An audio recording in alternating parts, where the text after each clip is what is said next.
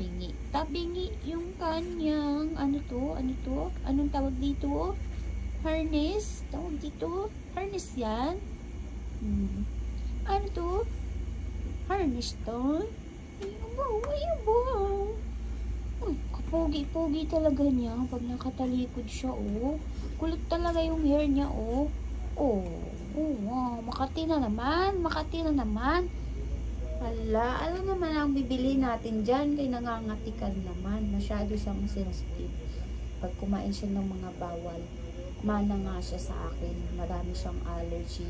O, tingnan mo siya. Nakamiti siya. Nakamiti ako. Patingin ako, be. Patingin ng smile. Patingin ako ng smile. Be. Uy, kulit na. Makapal na ulit yung balahibo niya. Tinrim ko kasi yan eh. Tinrim ko yun dati. Hindi siya naligo ngayon. Madumi siya.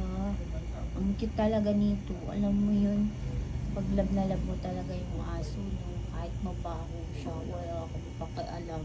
Ganun ako sa kanya. Kasi ang cute niyan. Tapos, kakabait na aso yan. Si Apollo. Para siyang goddess talaga. Para talaga siyang Greek god. Ay! Para talaga siyang... Wait! Ano mo yun, Apollo? Kasi yung name niya na Apollo from the Greek goddess kasi yan. Ah! Wala!